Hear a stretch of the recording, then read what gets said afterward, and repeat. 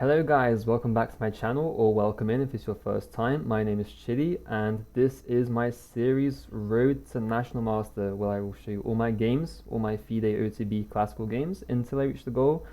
And yeah, hopefully this helps you out, hopefully this inspires you and just makes stuff good in your life. So this is the fifth round of the Brasiliense Clássico, the second qualifier, and I am playing a opponent rated 1762, and this guy I know. This guy I do know. So I've seen this guy many times at the local chess club, and we just never got a chance to play each other. So this was our first time facing each other, but like we're always competing for the top spots in the local club. And so yeah, this was a really nice game to have. And funny thing, he is the boyfriend of the last opponent I faced, and I beat her in that game, and that was a pretty clean game. If you guys haven't watched that, I suggest you check that out because it was a good one. Especially if you hate playing the London, then that would be good for you. If you hate playing against the London, I mean. So yeah, and this guy that I'm playing today, he's my brother in arms. We've always got a monster when we're playing our games, and we just love it. So yeah, I had one, he had one, and then we that was pretty cool. And yeah, so, and I didn't even mention what was funny about last game that I played, because I said that this was the craziest tournament I've ever played, and it definitely was. So what happened last game when I was playing was I was playing my game. I won the game. Then I went to go to my car to go home. I saw that someone broke into my car, and I was like, shit. And they stole everything from the trunk. So my spare tire, all the tools basically, and yeah, that set me back a few couple thousand. So that was really sad. But yeah, so that was the craziness that happened to me on the last game that I played. So in this game there wasn't any craziness. The craziness was actually on the board, and you guys will see. I'm gonna have a hard time recapping this one because not even I myself understand this game properly. It's gonna be a crazy one. So we have the Dutch defense here, and I play my normal knight f3 in the beginning. He goes d5, g3, e6, very standard stuff, bishop g2, and f5, indicating that he's going to play this kind of structure, which I really dislike. It's not that it's bad for white or that it's better for black, it's just like something I don't like. Maybe because it's very similar to like the bird defense, and I really hate the bird because when I was lower rated I really didn't know how to play against it, and maybe that just kind of stuck. So in this game we have castling by me, knight f6 by him, c4, c6, d4. So here I have the center, and usually play continues with bishop d6 here for black, and he plays exactly that. And against this setup I had a very interesting idea, and the idea revolves around this center here. So if you take notice of the fact that this e5 square is a hole, and that no pawns can ever defend this e5 square for black, whereas this e4 square, which this knight would love to jump to, it can be defended by a pawn. So it's not really a hole. It kind of is now because no pawns can push, but once I move this knight out the way, I can push f3, and he will never have access to this square, basically, is my point. So I have a hole, he doesn't, and so my play revolves around that. I go b3 here, castles, and here I play a bit of an imprecision. I play c takes d5, which wasn't really necessary. You only really need to take this pawn if they're threatening to break open with e5, and in this position they're definitely not. So this was a bit premature by me, but anyways, it's not terrible. And now I play bishop a3, which was my idea. And the idea being that if you play something simple, like let's just say queen e7, I'm going to play queen c1, defending my bishop again. And maybe my queen has some better possibilities here. Or maybe not this specific position because my e2 pawn is hanging. But in some lines this can happen. So yeah. He plays bishop takes here. And when he plays bishop takes, my idea was always to take with the knight, of course, not lose a bishop. Queen d6, and queen d6 was a bit strange. Usually they play queen e7 just to hit my e2 pawn. But okay, queen d6, I go knight c2, and maybe you guys are starting to get a sense of why I played like this with the bishop a3 move. The idea is that this position is closed, so this center here is closed up, and it means that it's okay to lack a bit in development because it's not like there's going to be crazy tactics or anything, so you can afford to get a little behind in development, maneuver your pieces around and find a good square for them, generally. So here, the idea of this maneuver that I'm playing with knight c2 is to go from b1 to a3 to c2 to e1 and then jump over to d3. And with this idea, I can have one knight supporting the other, and once my knight goes fe5, I can play my f3 move, and I have two very strong central knights, and he doesn't have an outpost for his knights. So this was basically my idea. Here he goes f4, which is very strange because it kind of improves my idea in a sense, because my idea was always to place the knight on d3, and with my knight on d3 it's hitting the pawn, so that just adds more pressure, so I do exactly that. Knight c e1, he goes knight e4, again kind of an imprecision. Maybe it was better to play something like knight bd7 just to bring another piece in the game, and him not doing so allows me to play knight d3 now, and I'm hitting the pawn. So I was very happy with this position.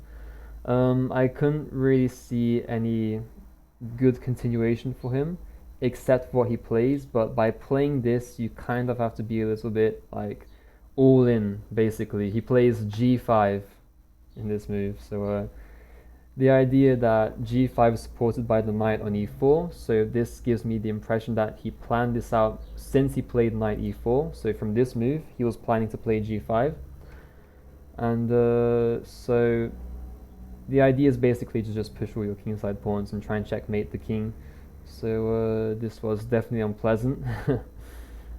So I play now knight fe5, just continuing my plan, knight d7, and now I go f3. So okay, I was expecting his next move, which is knight c3, and here I had really two possibilities. So notice that there's tension on g3 and f4, and notice also that black is pushing his kingside a lot, and that if I take on f4 with my g-pawn, he has to recapture with the g-pawn because my knight is defending f4 as well, so he can't take with the rook. And when he does take with the pawn, the h4 square is undefended, and maybe my queen can slide over. So I had this idea of playing queen e1, and this hits the knight with tempo.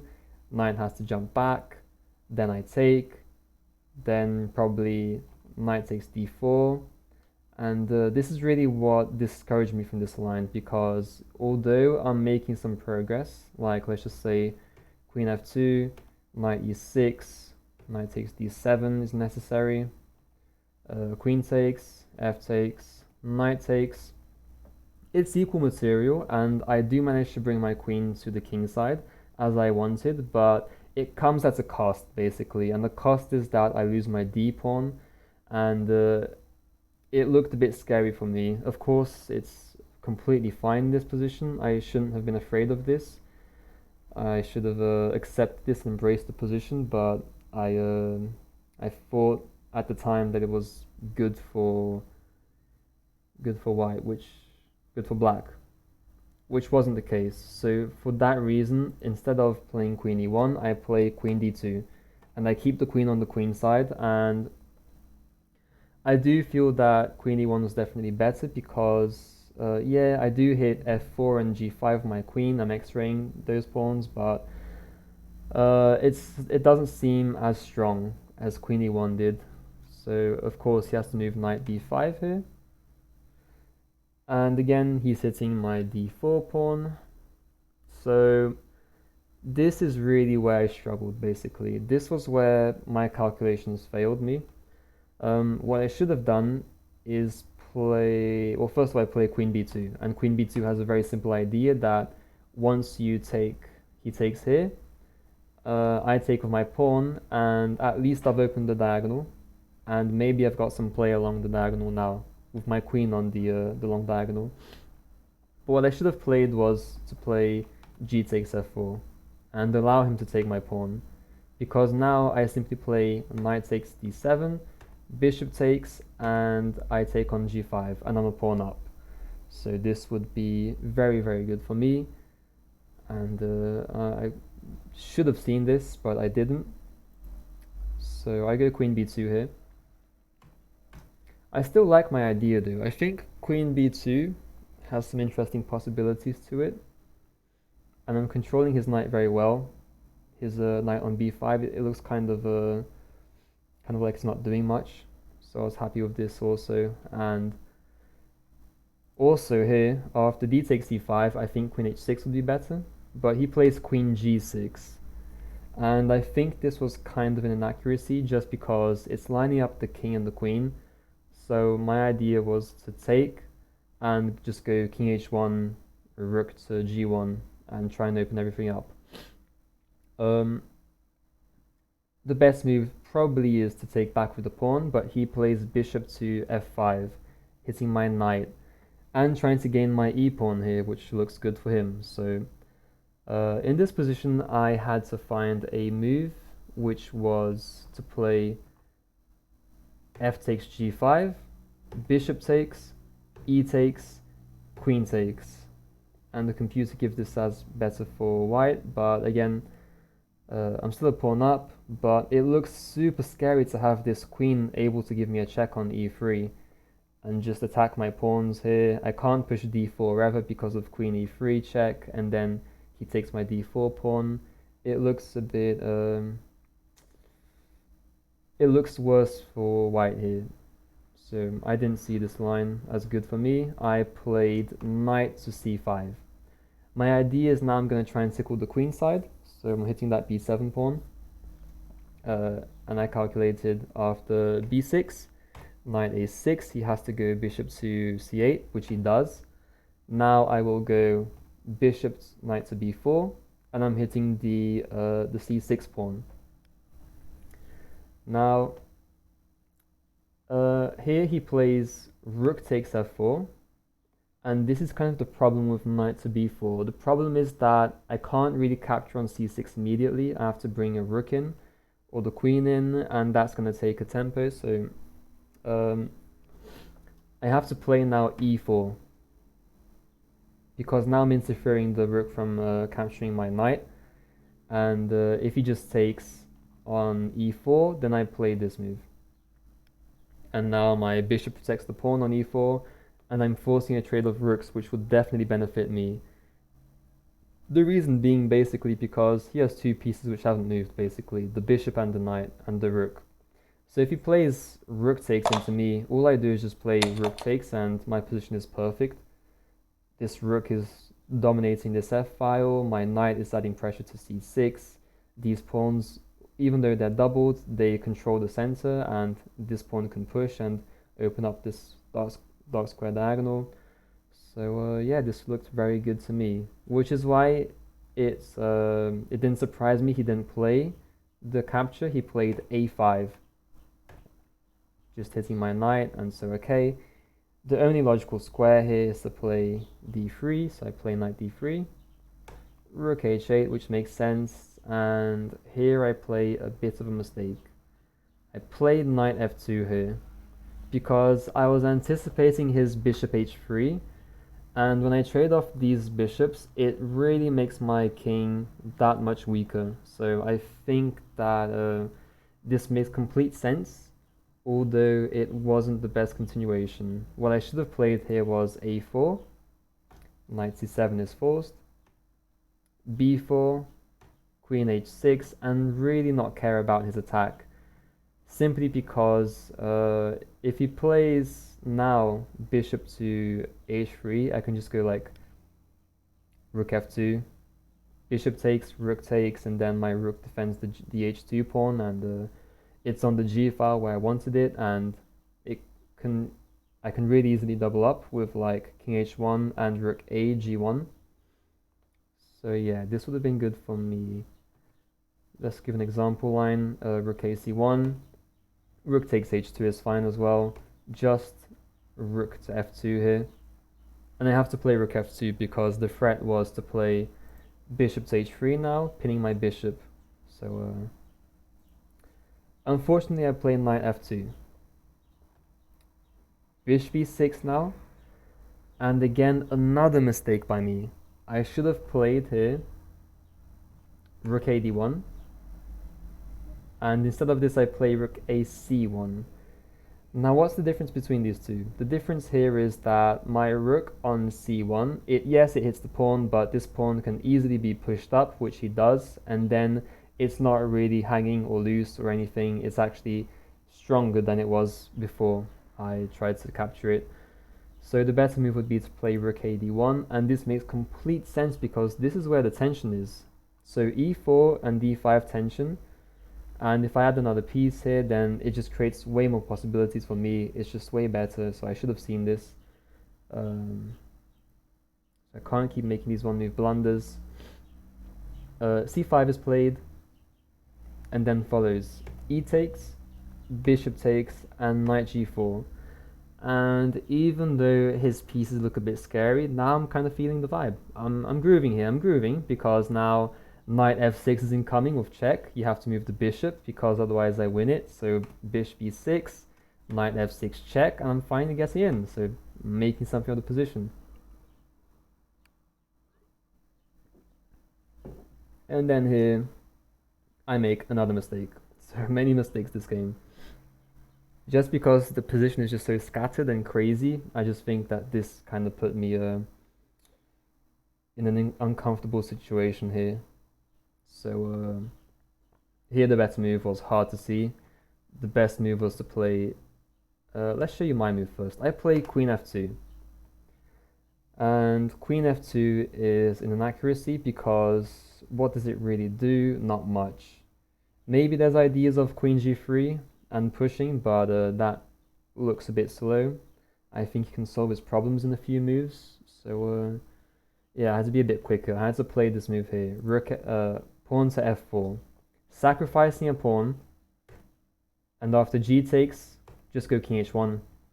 Basically, because all I wanted to do, this whole game, all I wanted to do was play this move so that he can take and get his king and queen lined up for me to check him. So king h1 is very intuitive, and now I can just play something like rook to g1. There's a discovery that pins the queen, and the rook is hanging as well, so there's that. The rook is now hanging on a8, he has to deal with that. So again, it's just very, very good for me, this position. Let's just see what the engine says.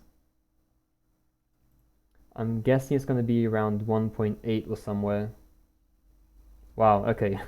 It's not even, it's minus 0.3. Actually, now it's giving 0. Let's give it some time. 0.9 is what it's giving this position. So yeah, this of course would have been good for me. Unfortunately, I go queen f2, and now it's 0.9 in black's favor. So minus 0.9 here. Rook f8. f4, this just hangs a pawn, just straight up hangs a pawn, and after queen e2, knight d4, queen a6 trying to capture that b6 pawn. He plays bishop c8, and I was trying to look for tactics here. I felt that there had to be something. I was staring at queen a7, and I kind of have to do something urgently because my queen is being hit and my rook is going to get forked on e2 once I move my queen. So um, yeah, and I can't go queen to c4 because of knight to f3 check, and I hang my queen. So I was calculating here, either I sacrifice the rook or I play for the queen a7 line. And I was really feeling myself in this position. I play queen a7, rook f7, and I kind of lose my mind here. I kind of really lose my mind. And I was like, you know what? If I take and he takes my queen, isn't that good for me? Is there drawing chances here? And there wasn't, by the way. And I calculate for a long time here, a very long time here. And I play rook takes f4, which is a mistake. This just loses the game. Knight e2, of course, is a triple fork. So the biggest blunder of my chess career so far. There will be far more, don't worry. And he plays g takes, doesn't even accept my queen. If he does, then let's see, takes. I was calculating rook takes, and then takes here. And what was his saving move? Just queen b1 check? Yeah, queen b1, king f2, queen f5 check. Yeah, and this is just lost because he takes my my e5 pawn and my rook hangs. So I missed this. This was what's wrong with my calculation. And anyways, he doesn't take. Although this was interesting. If there wasn't this queen to b1 check idea, this may have worked maybe. I'm not sure. Probably not. And so I go queen b8, which is a blunder here. I should have just taken on b6. It's better to win a pawn anyway. And I just get forked. Actually, no, he plays f3 here, which is even worse because he's threatening mate in 1. I missed this as well. And yeah, I slowly but surely lose my pawns, lose my rook, and then I get checkmated here.